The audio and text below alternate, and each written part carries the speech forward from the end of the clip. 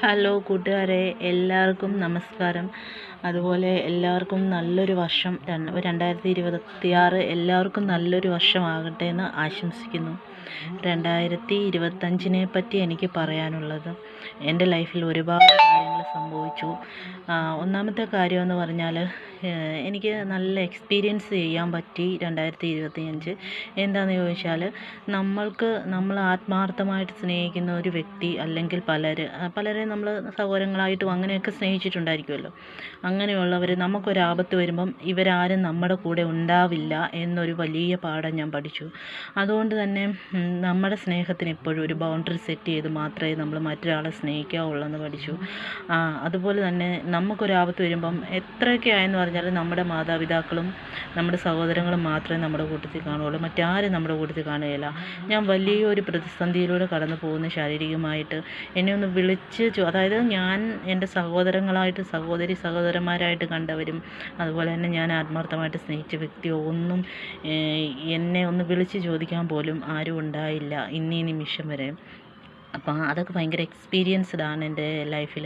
കാരണം ഞാൻ അങ്ങനെയാണ് കാണുന്നത് അതിനെയൊക്കെ. കാരണം നമ്മൾ എന്ത് ചെയ്യരുത് എന്നുള്ളൊരു വലിയ പാഠം നമുക്ക് ജീവിതത്തിൽ കിട്ടി. നമ്മൾ അവർക്ക് എന്ത് സഹായം ചെയ്താലും ആത്മാർത്ഥമായിട്ട് സ്നേഹിച്ചാലും നമ്മുടെ ആപത്തിൽ ആരും കൂടെ കാണില്ല എന്നൊരു നല്ല പാഠം എനിക്ക് കിട്ടി. അതിൽ എനിക്ക് വളരെ സന്തോഷമുണ്ട്. കാരണം മനുഷ്യരെ തിരിച്ചറിയാൻ പറ്റിയ ഒരു വർഷമാണ് 2025. അതുപോലെ ഒരുപാട് കാര്യങ്ങൾ നമ്മൾ ലൈഫിൽ ചെയ്യരുതാത്ത കാര്യങ്ങൾ, ആത്മാർത്ഥമായിട്ട് ആരെയും സ്നേഹിക്കരുത്, പിന്നെ നമുക്കുള്ളതൊന്നും മറ്റുള്ളവർക്ക് പങ്കുവെച്ച് കൊടുക്കരുത്. അതുപോലെ തന്നെ നമ്മുടെ സ്നേഹത്തിന് എപ്പോഴും ഒരു ബൗണ്ടറി ഉണ്ടായിരിക്കണം. ആ ബൗണ്ടറിക്ക് അകത്തേക്ക് ആരെയും വരാൻ അനുവദിക്കരുത്, ആരെയും വിശ്വസിക്കരുത്. ഇങ്ങനെ കുറേ പാഠങ്ങൾ ഞാൻ പഠിച്ചു. എൻ്റെ ലൈഫിൽ സ്നേഹത്തെക്കാളേറെ ഞാൻ തളർന്നു പോയൊരു വർഷമായിരുന്നു. ഏപ്രിൽ മാസം മുതൽ ഞാൻ രോഗിയായി തീർന്നു. ഞാൻ ഉപേക്ഷിക്കപ്പെട്ടു. ആ സമയം മുതൽ ഇന്ന് ഈ നിമിഷം വരെ ഇപ്പോഴും ഞാനൊരു ഓപ്പറേഷൻ കഴിഞ്ഞിരിക്കുകയാണ്. എന്നിട്ട് പോലും എന്നെ വിളിച്ചു ചോദിക്കാൻ പോലും ആരും ഉണ്ടായില്ല. ഞാൻ ആഗ്രഹിച്ചവരാരും ഉണ്ടായില്ല. എൻ്റെ സഹോദരങ്ങളും എൻ്റെ അച്ഛനും അമ്മയും മാത്രമേ എനിക്ക് ചുറ്റും ഉണ്ടായിരുന്നുള്ളൂ. അതുകൊണ്ട് തന്നെ അതൊക്കെ വലിയൊരു നല്ല പാഠങ്ങളായിട്ടാണ് ഞാൻ കാണുന്നത്. 2025 ഒരു നല്ല പാഠമായിരുന്നു എനിക്ക്. നല്ലൊരു വർഷമായിരുന്നു. കാരണം എല്ലാ മനുഷ്യരെയും തിരിച്ചറിയാൻ പറ്റിയൊരു വർഷമായിരുന്നു എനിക്കത്. അപ്പോൾ ആ ഒരു കാര്യമാണ് ഞാൻ നിങ്ങളോട് പങ്കുവയ്ക്കുന്നത്. എപ്പോഴും എല്ലാ കാര്യത്തിനും ഒരു ബൗണ്ടറി വെക്കുക നിങ്ങളുടെ ജീവിതത്തിൽ. എൻ്റെ ജീവിതത്തിൽ 2025 ഒരു കാര്യങ്ങളും 2026 കൊണ്ടുപോകാൻ ഞാൻ ആഗ്രഹിക്കുന്നില്ല. കാരണം എനിക്ക് സങ്കടങ്ങൾ മാത്രമാണ് പലരിൽ നിന്നും കിട്ടിയത്. സങ്കടങ്ങളും ദുഃഖങ്ങളും അതുപോലെ ക്രൂരതകളും മാത്രമാണ് എനിക്ക് കിട്ടിയത്. ആ ഒരു പാത പിന്തുടരാൻ ഇനി ഞാൻ എന്തായാലും ആഗ്രഹിക്കുന്നില്ല. കാരണം ഇനി 2026 ഇനി ഞാൻ എത്ര കാലം ജീവിച്ചിരിക്കുന്നത് എനിക്ക് തന്നെ അറിയില്ല. അപ്പോൾ അങ്ങനെ ഒരു അവസ്ഥയിൽ ഇനിയും സങ്കടങ്ങളും ദുഃഖങ്ങളുമായിട്ട് പോകാൻ എന്തായാലും ഞാൻ ആഗ്രഹിക്കുന്നില്ല. അതുകൊണ്ട് തന്നെ 2025 കഴിഞ്ഞ കാര്യങ്ങളെല്ലാം 2025 തന്നെ വിട്ടുകൊടുത്തിട്ട് 2026 പുതിയൊരു ജീവിതം തുടങ്ങാൻ ഉള്ളൊരു കാൽവെപ്പിലൂടെയാണ് ഞാൻ കടന്നു പോകുന്നത്. കാരണം 2025 ഞാൻ വെറുക്കുന്നില്ല. കാരണം എന്നെ ഒരുപാട് പാഠങ്ങൾ പഠിപ്പിച്ച ഒരു വർഷമാണ്. ഒരിക്കലും ഞാൻ ഈ ഒരു വർഷത്തെ മറക്കത്തില്ല. 2025 ഞാൻ വളരെ നന്ദിയോടെ മാത്രമേ ഓർക്കാറുള്ളൂ. കാരണം എന്താണെന്ന് ചോദിച്ചാൽ, ഇത്രയേറെ ഒരു വലിയ പാഠങ്ങൾ ഒരു വ്യക്തിയുടെ ജീവിതത്തിൽ പഠിപ്പിച്ചു തരാൻ ഒരു വർഷത്തിലെ ദിവസങ്ങൾക്ക് കഴിയുക എന്ന് വെച്ചാൽ അത് വളരെ വളരെ വളരെ നല്ലൊരു കാര്യമാണ്. കാരണം നമ്മൾ ആരും അല്ല എന്ന് പഠിപ്പിച്ചു തന്ന വർഷം. നമ്മൾ പലതും നമ്മുടെ സ്വന്തമെന്ന് കരുതി, അല്ലെങ്കിൽ നമ്മൾ അവർക്ക് പ്രിയപ്പെട്ടവരാണെന്ന് കരുതി. പക്ഷേ അങ്ങനെ ഒന്നുമല്ല. നമ്മൾ ആരുമല്ല. നമ്മുടെ അച്ഛൻ്റെയും അമ്മയുടെയും മാത്രമാണ് നമ്മളല്ലാതെ മറ്റാരുടെയും ആരുമല്ല എന്ന് നന്നായിട്ട് എനിക്ക് മനസ്സിലാക്കി തന്ന വർഷം. ഒരുപാട് വേദനകളിലൂടെ കടന്നുപോയി. ശാരീരികമായും മാനസികമായും ഡിപ്രഷനും കാര്യങ്ങളും ഒക്കെ ആയി. ഒരുപാട് അസുഖങ്ങളിലൂടെ ആ ഒരു ഉപേക്ഷിക്കലിൻ്റെ ഭാഗമായിട്ട് ഒരുപാട് അസുഖങ്ങളും എല്ലാം വന്ന് ഞാൻ തകർന്നു പോയൊരു വർഷം. തകർച്ചയിൽ നിന്ന് ഞാൻ ഉയർത്തെണീക്കാൻ ശ്രമിക്കുകയാണ്. അതുകൊണ്ട് തന്നെ ഇനി എൻ്റെ 2026 അങ്ങനെയുള്ള കാര്യങ്ങളൊന്നും എൻ്റെ ജീവിതത്തിൽ സംഭവിക്കാൻ ഞാൻ ഇടയാക്കത്തില്ല. പിന്നെ രണ്ടാമത്തെ കാര്യം, നിങ്ങൾ ആരെങ്കിലും സ്നേഹിക്കുന്നുണ്ടെങ്കിൽ അവർ നിങ്ങളെ ഉപേക്ഷിച്ച് പോയിട്ടുണ്ടെങ്കിൽ അവർക്ക് രണ്ടാമതൊരു അവസരം കൊടുക്കാതിരിക്കുക. കാരണം രണ്ടാമതൊരു അവസരം കൊടുത്തു കഴിഞ്ഞാൽ എൻ്റെ ഈ അവസ്ഥയാവും നിങ്ങൾക്കൊക്കെ സംഭവിക്കാൻ പോകുന്നത്. കാരണം നമ്മൾ ഈ വിട്ടു പോകുന്ന മനുഷ്യർ അവരുടെ സ്ഥായിയായ ഭാവമാണ് ഉപേക്ഷിക്കൽ എന്നത്. അവർ വീണ്ടും അത് തന്നെ ചെയ്യും. എത്ര അവർക്ക് വേണ്ടി മരിക്കാൻ തുനിഞ്ഞ് അവരെ സ്നേഹിച്ചെന്ന് പറഞ്ഞാലും അവർ നാളെ ഒരു ദിവസം നിങ്ങളെ ഉപേക്ഷിച്ചിട്ട് പോകും.